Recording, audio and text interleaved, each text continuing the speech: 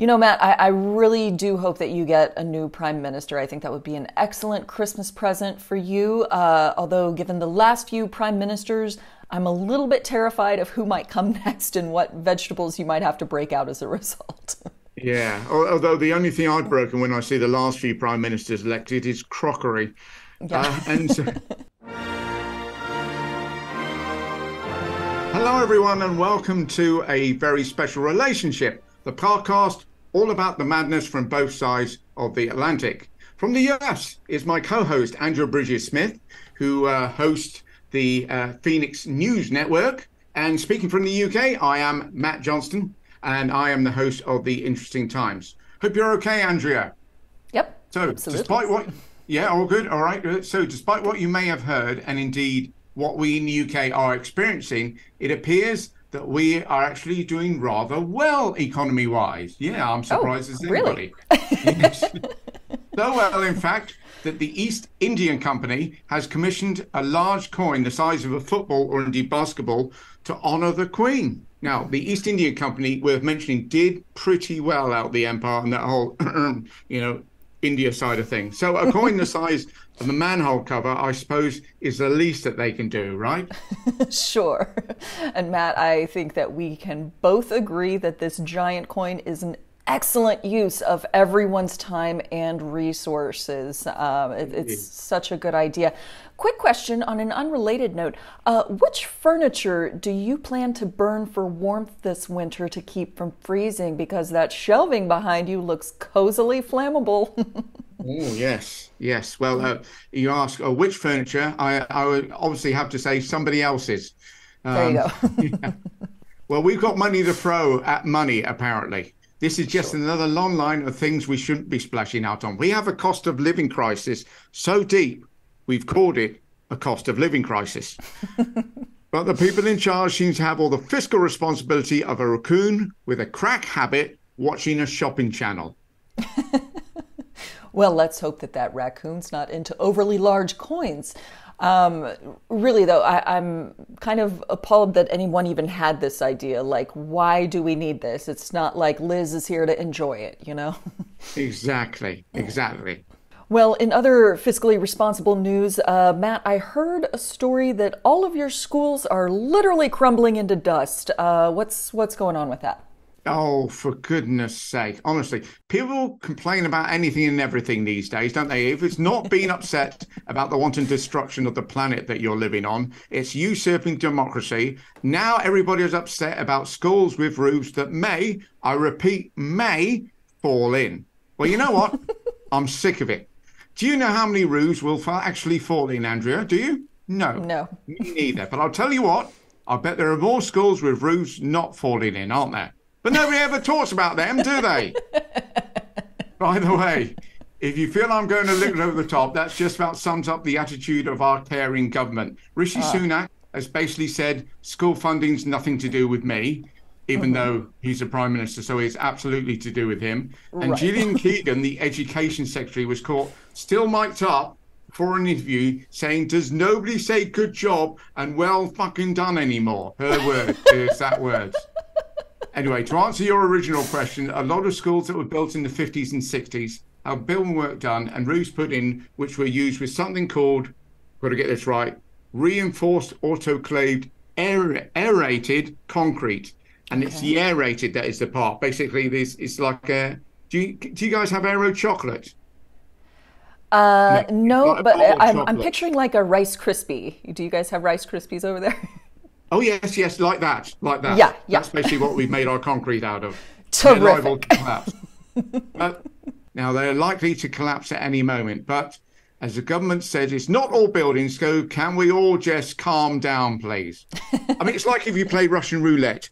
5 of the chambers are empty, for goodness sake. But anyway, what about the US, Andrea? Are there people there who sidestep the important things? Oh, certainly, yes. We definitely have some of those. So we've got a fella called Ted Cruz, who is a senator that likes to make up imaginary things to be mad at before dashing off to the beach at critical junctures. And he is not the only one. We have several Republicans that are constantly coming up with these images of jackbooted federal agents kicking down your door and stealing your precious beer or gas stoves or outdated light bulbs or whatever they're on about that week. This time it happened to be beer because the Biden administration recommended, not required, no laws enacted here. This is the equivalent of your doctor saying, you might want to eat more vegetables. They recommended that you limit yourself to 2 beers a week.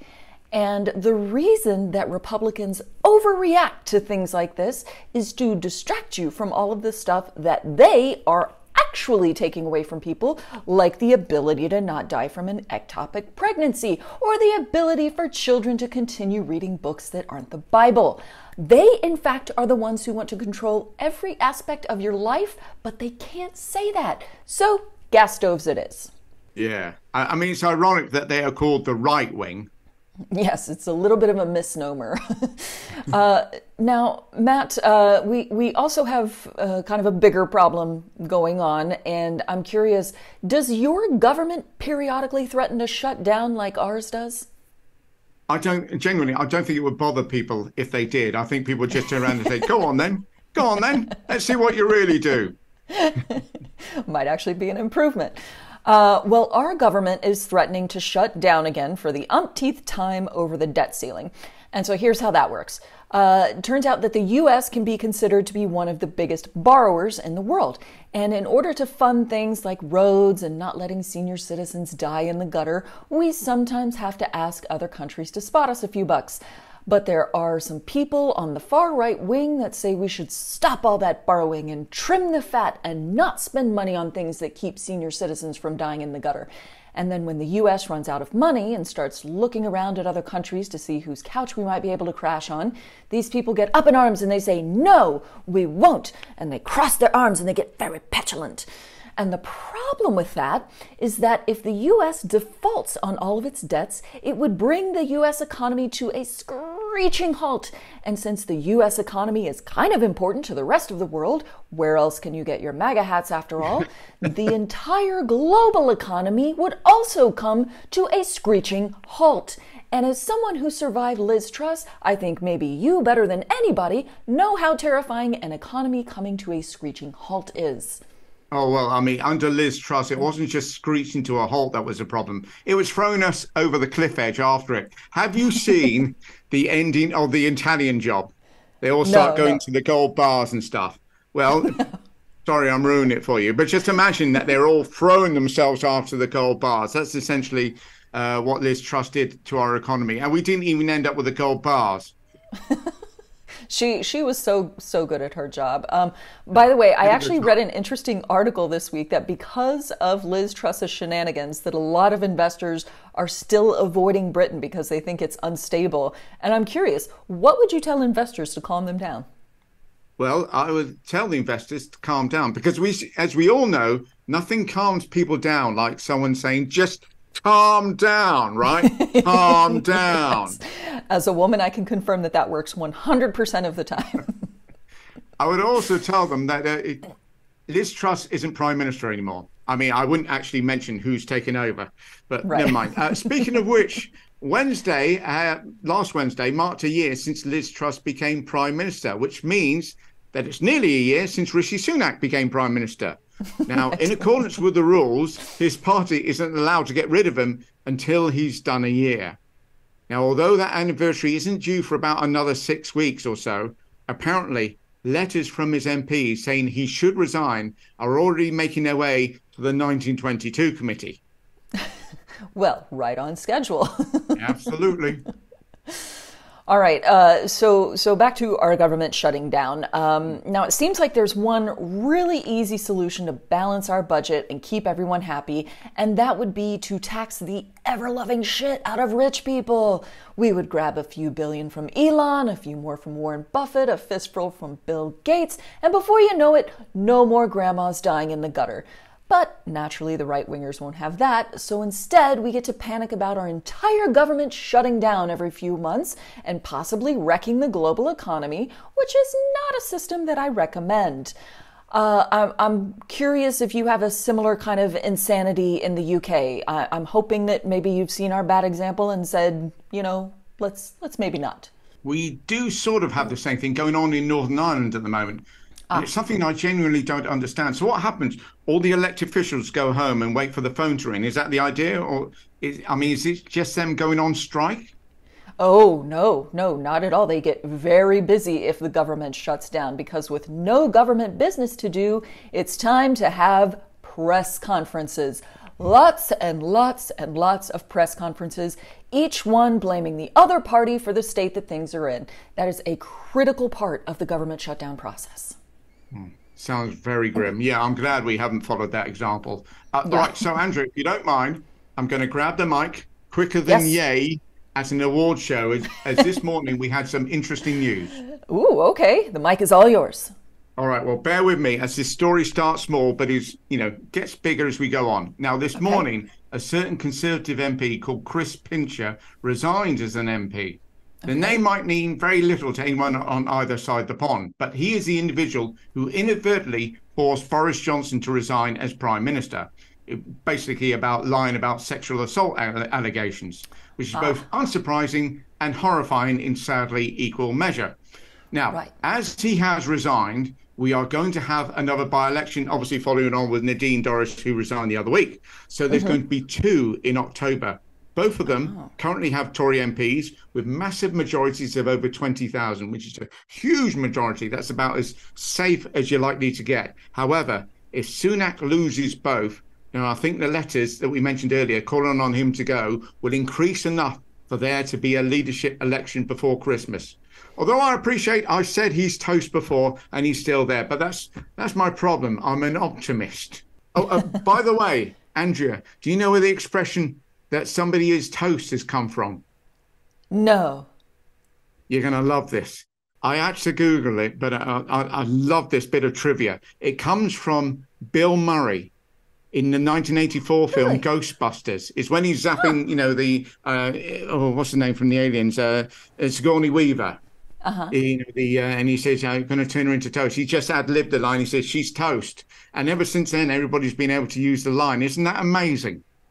Yeah, I would have thought it came from much earlier than that, but well done, Bill Murray. Well done indeed. Matt, I really do hope that you get a new prime minister. I think that would be an excellent Christmas present for you. Although, given the last few prime ministers, I'm a little bit terrified of who might come next and what vegetables you might have to break out as a result. Yeah, although the only thing I've broken when I see the last few prime ministers elected is crockery. Yeah. And speaking of prime ministers, our second previous and indeed our second ever female prime minister, Theresa May, has recently had an official portrait unveiled. And suffice it to say, it looks a lot more lifelike than she ever did. I honestly thought she looked kind of hot in this painting. This is a great painter. I want this painter to paint me. Maybe we can get her to do one of you too, like on a white horse with like a Renaissance outfit on or something like that. I like the sound of that. Arm across the front like this, looking majestically into the distance. Yes, majestically. Yes, Jack. Draw me like one of your French girls. Exactly. All right. Well, we talked about Rishi Sunak a lot, but something occurred to me the other day. I was seeing a video of Ron DeSantis, and it seems to me that they seem to suffer from the same problem, which is they're both really rather unpopular. Right? I mean, it's like you get a sense of who votes for these people. I mean, I never liked Boris Johnson, but I understand what his core demographic was. I understand why certain people voted for him. And the same for Donald Trump, of course. Yeah, I mean, it's still hard for me to understand how anyone could like Donald Trump, given how unlikable he is. But I get why people voted for him the first time. But you're right about Ron DeSantis. It's the one thing kind of bringing our nation together right now is that the Trump people hate him because he's not Trump. And everyone else hates him because he's too much like Donald Trump. Yeah. And so he's really brought everyone together in a firing squad where all the guns are pointed directly at him, which is ironic because he loves guns. And it seems like Rishi Sunak, kind of the same thing. I'm not sure how popular he is with his own party, but he overall seems very unpopular. Yes, yeah. Obviously, I'm sure you've seen the polls. Basically, he's not doing very well. He just doesn't come. I mean, the bizarre thing is, the person running against him is a chap called Keir Starmer, likely to be our next prime minister. Depending on if we have a leadership election, et cetera, et cetera. But after a next general election, all the signs seem to point to Keir Starmer as being the next prime minister, and he's not exactly, the star man either. But he at least seems rational and sensible. I mean, Rishi Sunak's just a billionaire accountant. It's like it's like all the worst parts of Elon Musk have slapped together with the Facebook guy whose name Mark Zuckerberg. Yeah. All the worst parts of him, they've just turned around and made this individual. It's just terrifying watching him do anything. Nice suits, though. I have a person that I would like to request as your next prime minister. Right. Jacob Rees-Mogg. And here's why. Ooh. I know you're surprised by that. I am rather surprised by that. Let me explain. Okay. If you could let me know the thinking. Sure. So I was watching a video of him earlier this week. And as you and I traffic in the business of comedy, I just think comedically that he would give us a lot of material. He just seems like such a weirdo when he talks. Yes. That's my request, and that's why I want him. Not because I think he's a good person that would steer the country in the right direction, but just purely selfishly for yours and my purposes. I think we'd have a lot to work with. Yes. And, he would certainly, move things in a different direction, should we say? He makes the Puritans seem like a bunch of loving hippies and stuff, so, a quite extraordinary character, really. He always think he looks like he's been gangbanged by the 19th century. Sorry, I don't know if that's the thing to say. We're not editing that out. That stays in. Well, on that note, time to wrap it up for today. Thank you to everyone out there for listening and watching, and beware the 19th century. And thanks to you, Matt, for being here.